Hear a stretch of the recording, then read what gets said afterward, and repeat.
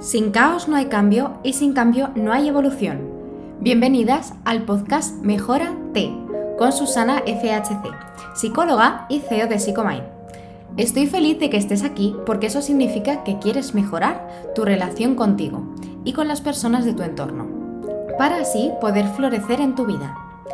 Creo que los mejores regalos que puedes darte son espacios para conectarte, sentir, reflexionar y florecer. Espero que este sea uno de ellos y sígueme para mantener tu dosis de autocuidado y salud mental. Hola Flor, hoy vengo con un podcast bastante más personal y también bastante más pausado. No me voy a exceder igualmente de los 10-15 minutos que suelo habituar, pero sí que quería hacer algo más pausado y más relajado. De hecho, aquí estoy con mi té calentito con miel porque quería explicarte algo que normalmente me preguntáis muchísimo por las redes y que todos los pacientes terminan también preguntándome en las citas de valoración gratuitas. Y es, ¿cómo sé si tengo que ir a terapia? Bueno, pues hoy te vengo a hablar de un indicativo que nos dice si tenemos que ir a terapia o no. Hay muchísimos indicativos en la vida de una persona, como por ejemplo que en su vida haya una área tipo trabajo, familia, pareja, personal, que esté afectando al resto de áreas y que entonces ahí nos genera problemas. Bueno, yo hoy te vengo a hablar de otra distinta, que es el motivo por el que hoy estoy con un té calentito con miel. Y es que el fin de semana pasado no hubo podcast. El motivo por el que no hubo podcast es porque yo llevaba un par de semanas mala con la garganta y entonces al final pues no se iba a escuchar bien, mi voz no estaba como para grabar y he decidido hoy ponerme un té calentito con miel y grabarlo tranquilamente. Pero al mismo tiempo que te cuento el indicativo para ir a terapia, te cuento qué me ha pasado estas semanas. Y este indicativo es el famoso síndrome del impostor. El síndrome del impostor normalmente se achaca a profesiones que tengan algo que ver con la creatividad, tipo diseño gráfico, escritores y demás profesiones que tengan que ver con algo de creatividad, de artes, etc. Pero la realidad es que el síndrome del impostor está prácticamente en todas partes. Puede estar presente en todas las personas, puede estar presente en una madre que no sabe si lo está haciendo bien, puede estar presente en una persona que acabe de entrar a un trabajo nuevo y esté constantemente preguntando a sus compañeros, constantemente preguntando a su responsable si está haciendo bien las tareas o si tiene algo más que hacer. Puede estar presente en una persona que cocine para una familia o que realmente haya dicho, bueno, voy a hacer una reunión en casa y esté constantemente preocupada de si ha hecho bien la receta, de si faltan ingredientes, de si no tiene suficiente bebida para la gente. Está presente al final en muchísimas situaciones. Entonces, ¿por qué aparece este síndrome del impostor? Porque al final tenemos que tener en cuenta que el síndrome del impostor aparece en situaciones muy concretas. Normalmente son situaciones en las que hemos sido criticados anteriormente o situaciones que intentamos buscar el máximo perfeccionismo, intentar la máxima autoexigencia. Esas dos variables de la autoexigencia y del perfeccionismo nos llevan a generar inseguridades, buscar la valoración de otras personas y seguro que lo he hecho bien y te gusta y puedes leerte esto a ver si te gusta, necesita cambiarlo, seguro que necesito cambiarlo. Y que en el momento en el que te digan que sí, que tienes que cambiar alguna cosa o que tienes que añadir alguna cosa, también te pongas a la defensiva. Porque ese síndrome del impostor también aflora ahí y dice, ¿ves? Si es que no valía para esto.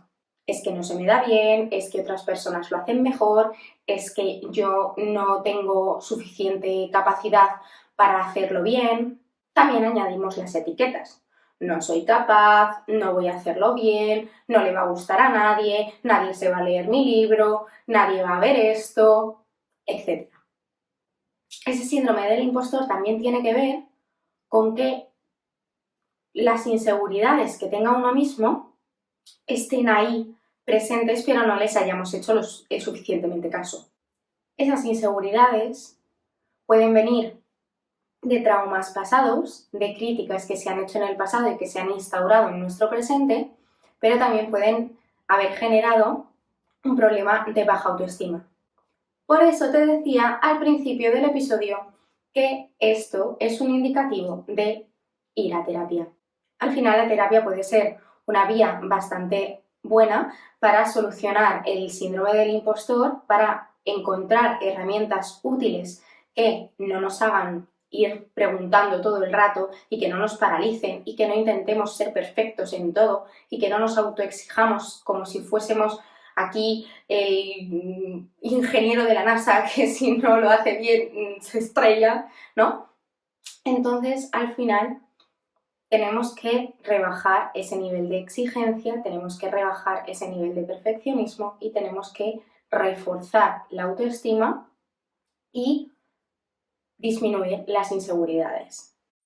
Y te he dicho al principio que iba a ser un podcast más cercano, que iba a ser un podcast más personal y que iba a ser un podcast más relajado. Bueno, pues allá voy. La semana pasada, cuando vi que no podía grabar, me afloraron también a mí esos sentimientos del síndrome del impostor. Al final, el síndrome del impostor, como ya he dicho, está en muchas situaciones y está en muchos momentos y muchos trabajos, ¿no? Y claro, yo estaba todo el rato criticándome a mí misma. Al final, muchas veces nosotros mismos somos nuestros peores enemigos, ¿no? Porque yo estaba criticándome a mí misma de decir, madre mía, no he grabado el podcast, madre mía, yo he dicho que voy a ser semanal y al final me he saltado una semana prácticamente nada más empezar. Ya. Pero si lo hubiese hecho, habría sido un desastre, porque realmente tenía la voz que parecía a veces una niña de 5 años y a veces parecía, no sé, que tenía la voz súper ronca. Entonces, ¿qué hago? Ese síndrome del impostor también aflora cuando intentamos hacer algo nuevo. Yo cuando empecé el podcast también pedía validaciones, también mandaba el podcast a otras personas para que me dijesen si estaba bien, si no. Esto muchas veces también lo hacemos por el síndrome del impostor. Por decir, bueno, voy a asegurarme de que alguien lo escucha y de que a alguien le gusta. Cuando escribes un libro pasa un poco lo mismo. Se lo mandas a alguien conocido para que se lo lea y para que te dé su validación de que le gusta y de que está bien. Si esa persona no se lo lee, ese libro se queda como estancado. No llega a nada más, no llevas a nada más, porque no has tenido la validación externa. La verdad es que por suerte yo tengo a mi síndrome de la impostora, tengo a mi impostora como muy aquí, muy al lado, muy pegadita a mí, pero nos llevamos relativamente bien. Cuando ella me dice, no vas a ser capaz de algo, yo le digo, bueno, espérate que lo intentemos, y entonces luego ya me dice si he sido capaz o si no he sido capaz. Cuando ella me dice, no has puesto el podcast esta semana, tienes que grabarlo, tenías que haberlo grabado ya, yo le digo, bueno, espérate, primero vamos a ver cómo lo hacemos y de qué manera lo hacemos para que no parezca que soy un robot con la voz distorsionada. Entonces, yo con mi impostora hablo mucho. Y hablo mucho, como también te dije en el episodio de hablar con la ansiedad. Al final, bueno, son amigas. Amigas que están ahí, amigas que te van contando cosas de vez en cuando y amigas a las que muchas veces tienes que hacer caso en algunas cosas y otras veces tienes que ponerles límites como a todo. Entonces, tú ahora mismo me podrías decir, Susana, es que Es verdad que a mí me pasa eso, es verdad que a mí hay situaciones en las que también aparece mi impostora, hay situaciones en las que también soy mi peor enemiga porque me critico, porque me juzgo, porque estoy todo el rato intentando ser perfecta, estoy todo el rato exigiéndome al máximo posible y no tengo tiempo para mí y al final termino buscando validaciones externas y no sé qué más hacer. Bueno, pues precisamente por eso te traía este punto, ¿vale? Para enseñar también qué me ha pasado a mí, ¿vale? En mi experiencia también es sanadora muchas veces para que veas que ninguna persona es inmune, ¿no? El que yo sea psicóloga no hace que no tenga síndrome de la impostora, el que yo sea psicóloga no hace que no tenga ansiedad, simplemente es posible que tenga más recursos y es posible que pueda hablar más fácilmente con esa impostora o hablar más fácilmente con esa ansiedad y ponerles los límites o no, ¿vale? Porque hay veces que no puede ser y hay veces que también sucumbimos mucho a ese síndrome de la impostora. Pero eso no tiene por qué ser un problema. Al final podemos dejar eso a un lado y decir, vale, ¿ahora qué hago? ¿No? Susana, ¿cómo hablo mejor con mi síndrome de la impostora? Susana, ¿cómo puedo rebajar ese perfeccionismo y cómo puedo mejorar en mi autoestima? Bueno, pues realmente para empezar a ponerle límites a esa impostora, deberíamos hacer como 3 cosas muy básicas. Aparte de ella, ¿sabes? Hablar con ella, hablar de una manera amable y que comprenda que hay, bueno, que hay límites, ¿no? Pero aparte, deberíamos hacer 3 cosas muy marcadas. La primera, para el síndrome de la impostora, es enfrentarte a ella. No vas a ser capaz de publicar esta foto. Bueno, pues la publico y a ver qué pasa. No vas a ser capaz de hacer una clase de fitboxing. Bueno, pues lo hago. Si luego no soy capaz de terminarla, pero por lo menos he ido, por lo menos me he enfrentado a ello. Nadie va a leer tu libro. Bueno, primero tendré que enviarlo a alguna editorial a ver si a alguien le interesa, ¿no? A mí me interesa. Entonces, si a mí me interesa, a alguien ya le ha interesado. Nadie va a ver tus vídeos. Bueno, aunque solamente sea yo o mi madre, pues seguramente ya hay alguien que los ve. No lo estás haciendo bien como madre, no vas a ser capaz. Bueno, las madres no aparecen con un manual de cómo ser madre debajo del brazo según nace el niño. Todas las madres cometen errores, simplemente intentaremos minimizarlos. Pero eso no me va a hacer dejar de ser madre. Entonces ese primer punto es enfrentarte a eso que tu impostora te dice que no vas a ser capaz, que no lo vas a hacer bien, que nadie va a ver eso, que nadie va a apreciarlo. La primera parte es enfrentarte a eso. La segunda es dejar de pedir validaciones externas. Esta parte es muy complicada, ¿vale? Porque al final el síndrome del impostor lo que hace es precisamente decirte díselo a alguien, pídeselo a alguien, mira a ver si alguien te dice que sí. Entonces, es dejar de pedir validaciones externas. Al final, la persona que tienes que validar esos contenidos o la persona que tienes que validar esas situaciones eres tú. ¿A mí me gusta cómo he puesto la mesa para esta reunión familiar? Sí. Pues ya está. Al que no le guste, tiene la puerta. ¿A mí me gusta cómo estoy decorando mi casa? Sí. Pues al que no le guste, ahí tiene la puerta. ¿A mí me gusta el libro que he escrito o la novela que he escrito? Sí. Pues entonces, al que no le guste, que no lo compre. Pero a alguien le gustará. Enfrentarte a ese síndrome del impostor al final es lo que va a marcar la diferencia entre hacerlo o sucumbir a él. El problema de sucumbir a él es lo que decía antes, aumentamos inseguridades y aumentamos los problemas de baja autoestima.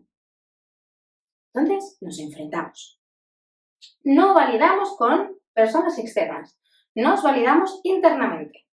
Y por último, Muchas veces en las situaciones en las que estamos hablando, escribir un libro, hacer un vídeo, lanzar un nuevo producto, ser madre, hacer una reunión familiar de amigos, siempre vamos a tener una validación externa al final, cuando se hace el producto. O sea, cuando tú ya te has enfrentado a tu síndrome del impostor y lo has hecho, al final siempre vas a tener esa validación externa porque va a haber alguien que va a leer ese libro, va a haber alguien que va a acudir a esa reunión, va a haber alguien que va a ver cómo educas a tu hijo, va a haber alguien que siempre está en esa situación desde el otro punto de vista. Entonces, siempre vamos a tener esa validación externa, pero a posteriori, una vez ya lo hagamos hecho. Entonces, ¿qué hacemos? Bueno, pues esas validaciones externas tenemos que filtrar entre si son críticas constructivas o destructivas. Si son críticas constructivas, entonces, bien, recogemos la crítica y vemos cómo podemos mejorar lo que ya hemos hecho. O sea, yo ya lo he hecho, ya me he enfrentado a mi síndrome del impostor. Ahora simplemente tengo que mejorarlo. Sé que lo puedo hacer, sé que soy capaz. Ahora simplemente tengo que mejorarlo. Y respecto a las críticas destructivas, poner límites. Porque las críticas destructivas al final no aportan nada positivo a la situación, tampoco te aportan nada positivo a ti, y al final lo único que hacen es destruir, como bien dice su palabra, destruir tu autoestima, destruir tu seguridad, destruir tu momento de capacidad de sentirte capaz de que puedes hacer eso, y al final también destruyen relaciones, porque al final la relación que tienes con esa persona que te ha dado una crítica destructiva se va a ver afectada precisamente por eso, porque te está haciendo daño, te está atacando de una manera directa. Espero haberte ayudado con este análisis del síndrome del impostor. Espero haberte ayudado también al contarte mi experiencia y cómo a mí también me afecta el síndrome del impostor, pero hablo con ella, no tengo ningún problema en tratarla bien y en decirle, bueno, por aquí sí o por aquí no. Y también espero que te haya servido estas últimas 3 pautas para que reduzcamos el síndrome del impostor y que en tu vida deje de estar, o por lo menos puedas mejorar la relación con ella y decir, muy bien, vamos a ser amigas y ahora vamos a llevarnos bien, pero lo que tú me dices que no soy capaz, ya veremos si soy o no capaz después de haberlo hecho. Además, recuerda esta frase, antes hecho que perfecto. Nos vemos en el siguiente episodio. Espero que hayas disfrutado de este episodio y que hayas conectado contigo este ratito. Recuerda dejarme tu opinión en comentarios, compartirlo con otras personas y en las redes sociales y seguirme para seguir mejorándote en salud mental. Observa, acepta, suelta, florece. Floreces lo que mereces. Que tengas un maravilloso día.